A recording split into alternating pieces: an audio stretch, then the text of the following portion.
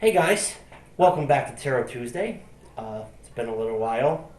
I did promise I was going to get back on the ball with this, and I'm doing my damnedest, but it is what it is. Today is November 26th, 2019. Um, just a brief reminder before I get started, if you want to get more personalized readings from me, uh, the monthly astrology horoscope night sky newsletter, you can find all of these things on my Patreon. I'm 9 Nights Wisdom there, just like here. So, what are we looking at this week? Well, doesn't really happen till tomorrow, but the moon squares Neptune about an hour before Neptune goes direct. But Neptune is going direct, almost a week after Mercury did. This will leave Uranus as currently the only planet in retrograde, which is by and large, it's a nice feeling. Obviously, this is going to be a little different if you have planets in retrograde in your chart because for you it's opposite to everybody else to some degree. But so I wanted, since in light of the fact that this is the biggest thing going on over the week, at least it's close to Tuesday, I want to talk a little bit about what Neptune in Pisces is like. So with Neptune, you've got the Hanged Man. And with Pisces, you have the moon. So what we're dealing with is a lot of very, sorry, my nose itches really bad. We're dealing with a lot of the stuff that's internal. And it's internal in the sense of it's being, it can be dreamy, it can be imaginative, especially so with Pisces. It can be a little bit mystical, but what we're doing with the Hanged Man and the moon together is we're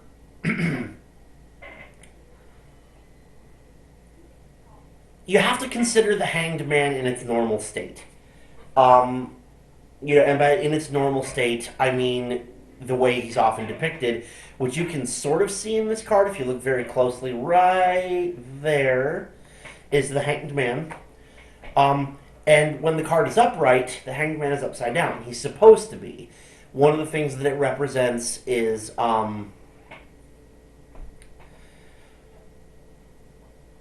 need to look outside the box and consider other perspectives. So when you have Neptune retrograde, you have the Hanged Man in reverse, but which means that the Hanged Man himself is upright. He's stuck in his own, perhaps narrow point of view.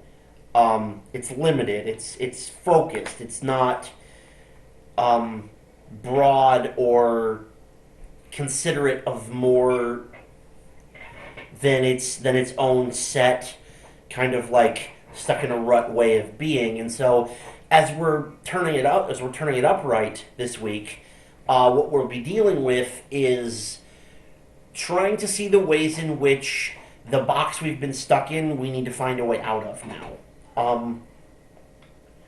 Now, for some of us, it's going to be easier than others. And this will be in various places, depending on where Pisces and therefore Neptune falls in your chart. Pisces and Neptune make up my second house personally.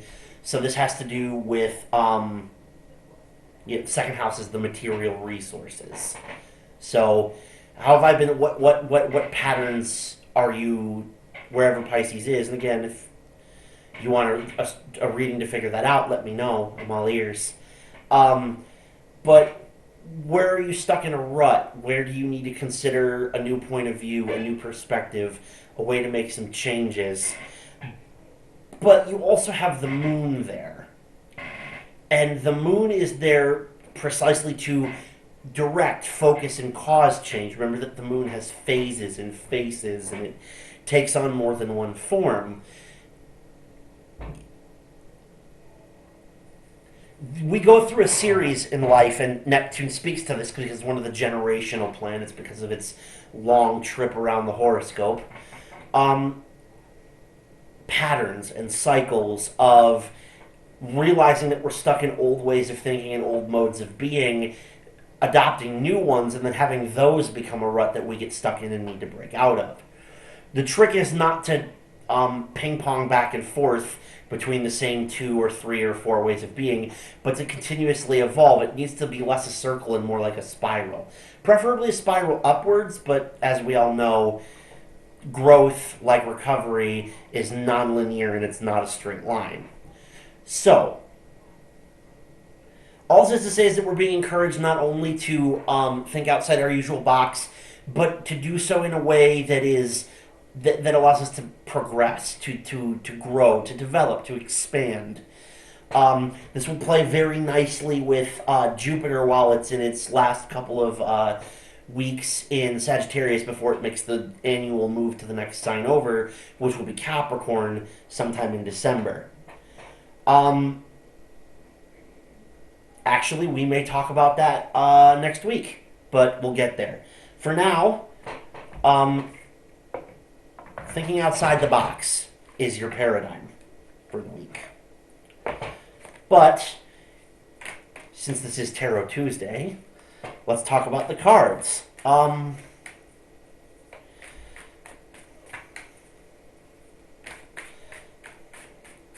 again, in case you're not familiar, I pretty much very heavily favor the Wild Unknown Tarot for this.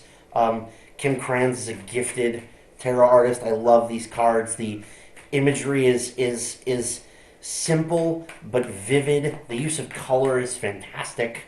I highly recommend this and her Animal Spirit Oracle deck to you if you can get to a shop that specializes in the mystical and metaphysical.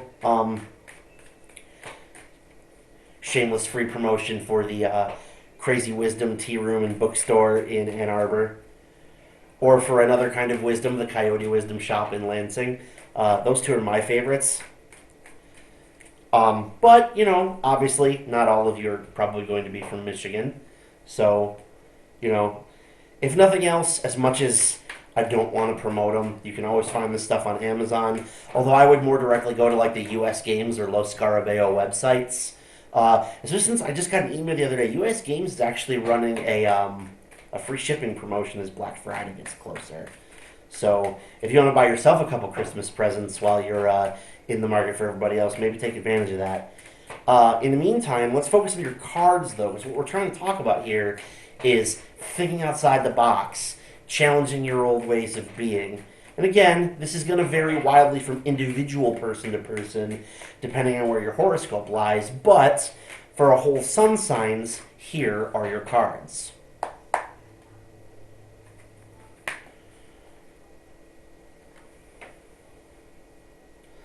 Sun's in Sagittarius now, so we'll begin there.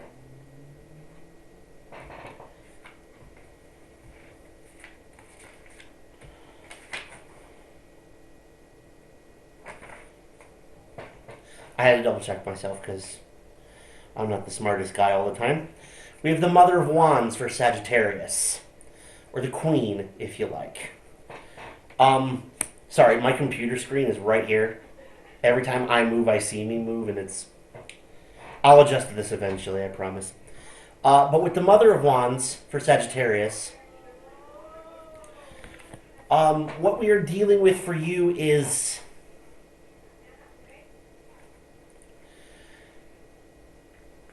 your attitude about things you create. Whether that's a mother in the literal sense of children, or in the figurative sense for like things that you create.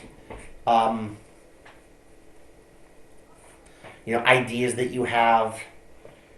If you're artistically inclined, the things that you make. But either way, coiled, protective, hissing, ready to strike. That attitude isn't necessary. You're much more capable of making things that people enjoy and want to partake of than you think. You don't need to coil, and you don't need to hiss, and you don't need to show your fangs and threaten to bite. It's not necessary. And it genuinely will do you more harm than good. Now, having said that, that fiercely protective nature also is to your benefit. Because it allows you to see what you can do to make all the things that you create the best that they can be. it speaks to a nurturing spirit and a caring heart. But you need to try to avoid overly identifying with your creations because they can and will, whether they're, like I said, whether it's literal motherhood or figurative motherhood, the things you create can and will take on a life of their own, and you need to let them. For Capricorn, we have the Four of Swords. Rest is paramount here. Um, but your approach to what is restful is the thing that you need to consider. What is it that you consider restful? What is it that you consider not restful, and why? Really dig at what it takes for you to relax, but also be firm about asking for it from anybody, whether that's your job, your home life, your partner in particular, whether it's any of those things or something completely different. Ask for it. Be firm. You know what you need to get the reprieve that you have to have, that we all have to have. But you need to consider whether you're really working towards getting it in the way that you ought to, whether you're really giving yourself the rest that you need. Another four. For Aquarius, we have the Four of Cups.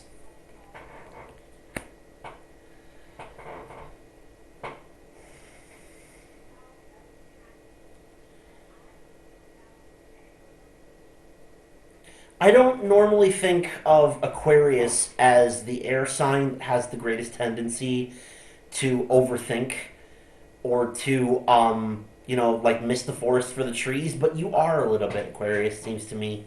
Um, you're too focused on the dark clouds, and you so much so that you're not seeing silver linings.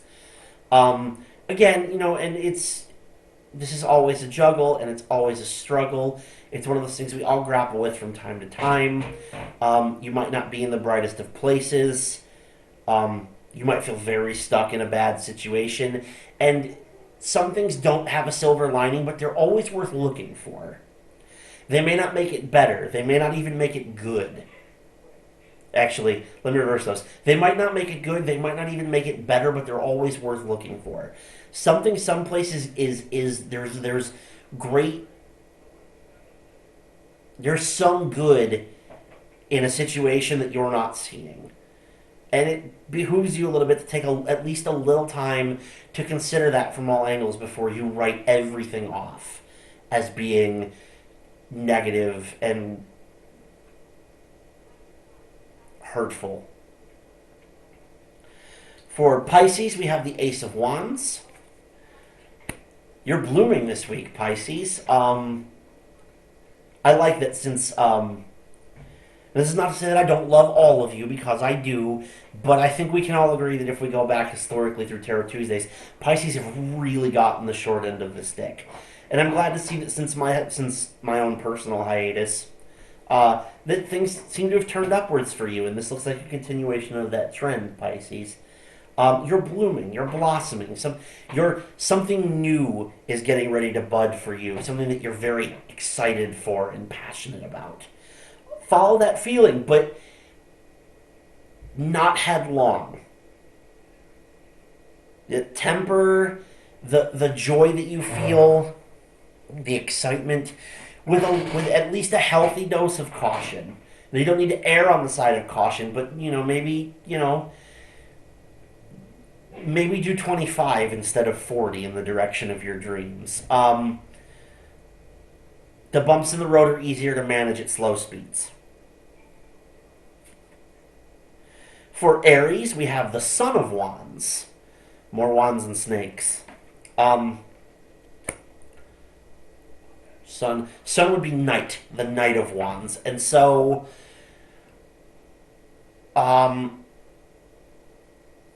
first of all, I just love this card. Look at that. That's so pretty. Um, Now, I always have the most trouble reading my own sun sign. That's probably by design. But my fellow Aries, with the Son of Wands,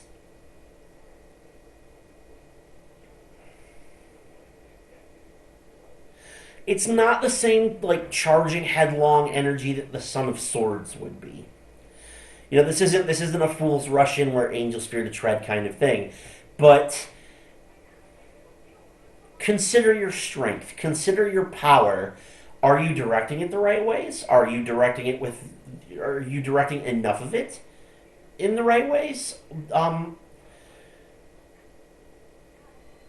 Consider where you're spending your time and energy, and where you might be using more than is necessary. You know, normally I kind of subscribe to what I've seen described in at least fandom circles as the Stark family motto, Latin "Si creavis fit redunda," or if you're going to do it, overdo it. I'm an Aries, you're an Aries. We have this tendency to do that. Don't. Anything worth doing is worth doing well, but anything worth doing is also worth doing poorly. And if you're going to do it bad, you should at least do it bad because you were too careful and not careful enough. Don't let your haste and your impatience, for which we're famous, get the better of you. For Taurus, we have the Six of Pentacles.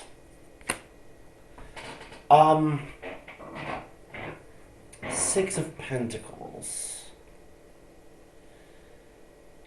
Giving, generosity, the ability to share what you have. But what do you have to share? How much of it do you have? How much of it do you have to share? Are you giving away more than you should? Are you not giving away as much as you should? Again, for you, Taurus, this is not as lean in as the rest have been. But then this is a Pentacles card versus Wands, Earth versus fire or air, depending on your system. For me, I think of the Wands as fire, but not everyone does.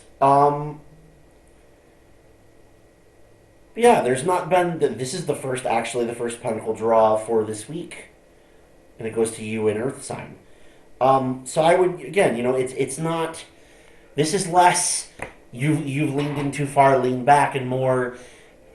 You're here in the middle. Decide which way to lean. If you're actually, in fact, in the middle, you may not be. For Gemini, we have the Five of Pentacles. This card with the wilted rose always makes me think of Beauty and the Beast, especially because of, I don't know if you can tell, but it is raining in the picture. Always makes me think of the end of Beauty and the Beast where the rose is down to its last couple of petals.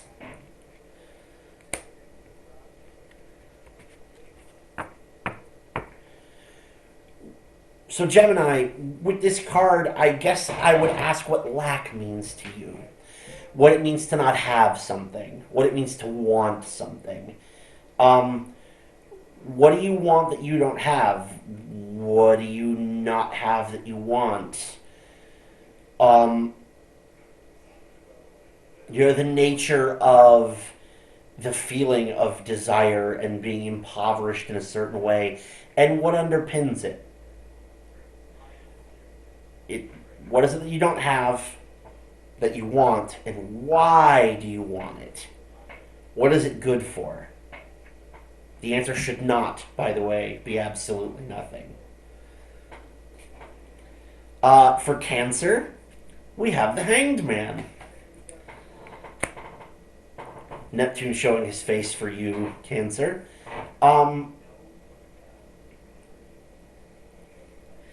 It seems strange to say that your perspective of perspective is what needs challenging, but how do you see things? And that's the question that you need to answer. Before you can consider other perspectives, you have to consider your own. What is your perspective? What do you see? How do you see things? How is and what are the ways in which that approach is useful to you and also not useful to you? Consider these things, The perspective of perception, or the perception of perspective, is your particular challenge, Cancer. And if you don't understand the way you feel about something, how is anyone else supposed to?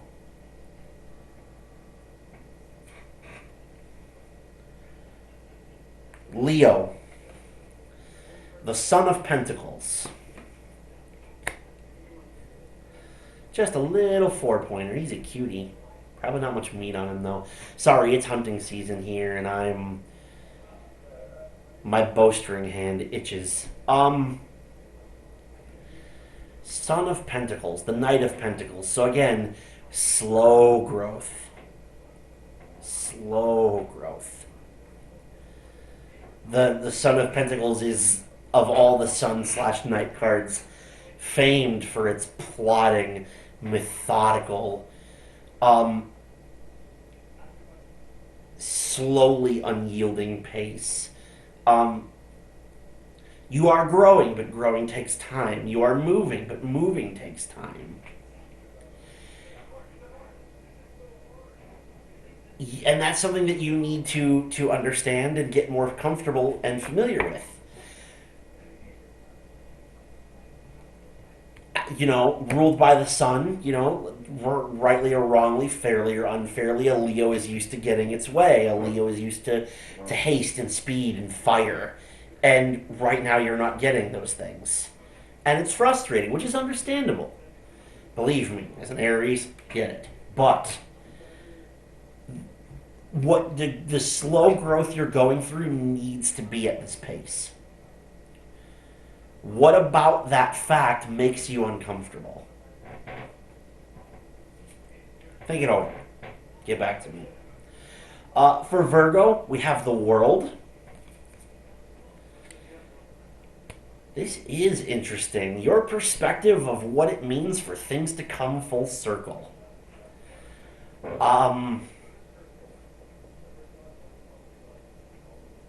So this, to me, this speaks to an attachment to outcomes for you, Virgo. And if I do X and Y, Z should happen, and then getting confused when you get A. Or getting hurt when you get A, or getting angry when you get A. What else? What are you not considering in the front of the equation, and what about the back side of it makes it so that you're so attached to it? Where are you overlooking other variables? And if that might be the bigger part of the lesson, because if you can figure out where you're overlooking other variables, you can make the equation go the way you want. But it's also at the same time worth asking the question of, why do I want things to go this particular way and no other? We follow very naturally from the World right back to the Aquarian issue with the Four of Cups and, dark clouds and silver linings. On the back side of the equation, you need, because it's the World and we're becoming full circle, you need both sides. You need to consider both sides of the equal sign, not just one or the other.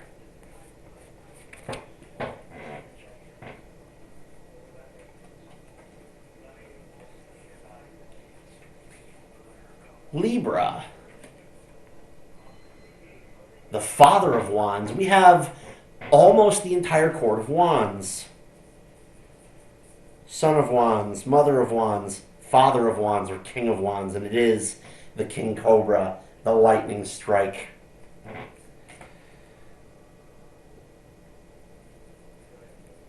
Notably, I might add, opposite the Son of Wands.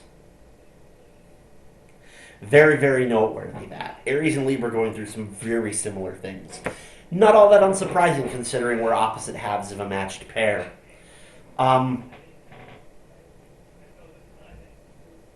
Again, the same question of power and how it's meant to be wielded, but on a grander scale, Libra.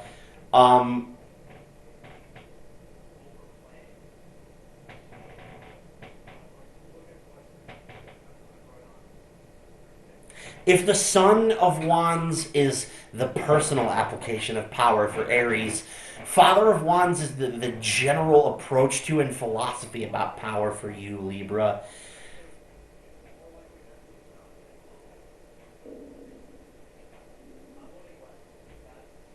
Not necessarily the question of how you would wield it, but how it should be wielded in general.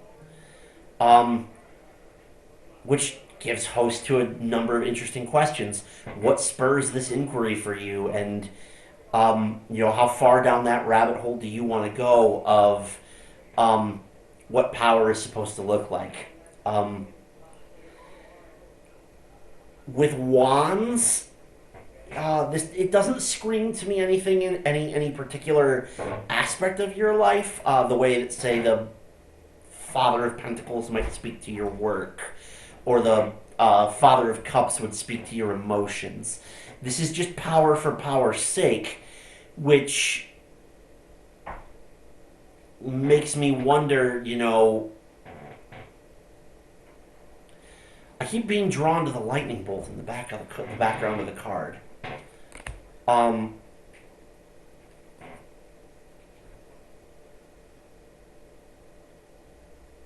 if it has to be so sudden, and like a one-time thing, like the other thing I'm getting with this is the Five of Swords, the victory so complete that there is no chance of defense or fighting back. Does power always have to crush? Does power always have to crush all resistance? And I can't tell, Libra, if you're asking this question of the world or of yourself. But either way, I think it's a fruitful inquiry that will get you through.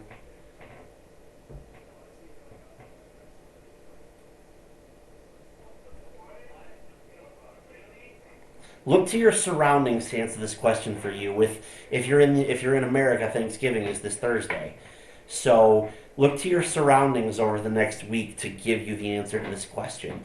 It needn't necessarily come from your family, although that may speak to the answer you're looking for. Last but not least is Scorpio, and for Scorpio we have strength.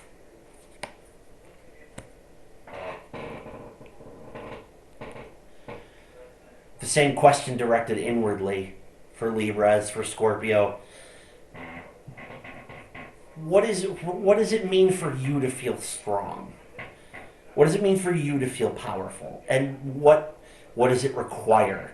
Moreover, can you, do you, should you?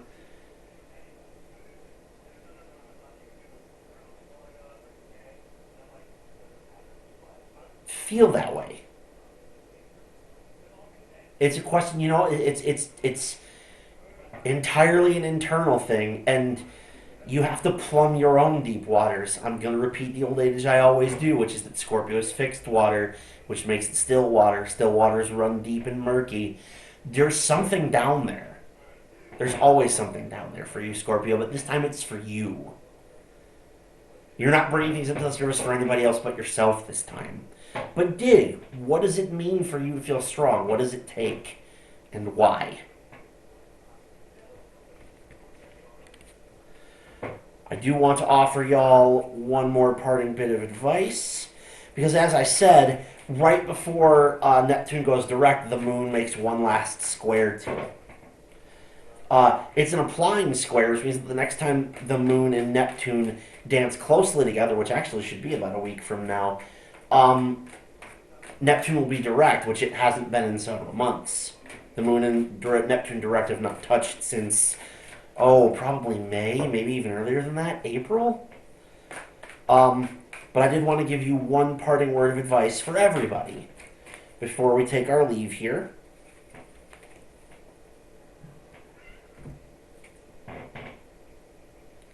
And again, the Four of Cups. We're coming back to that thing about dark clouds and silver linings. It might be that there's, just one last zap of the nightmare or of the cloudy daydream from retrograde Neptune before it becomes direct. And remember that with all that gets lost as illusions get clawed away from our eyes, that to know is better than to not. To know is always preferable to not. And the more that you see, the more that you know, the more informed a decision you can reach about the things that you need to see and do. So be kind to yourself, be excellent to one another, and as always, I will see you guys next time.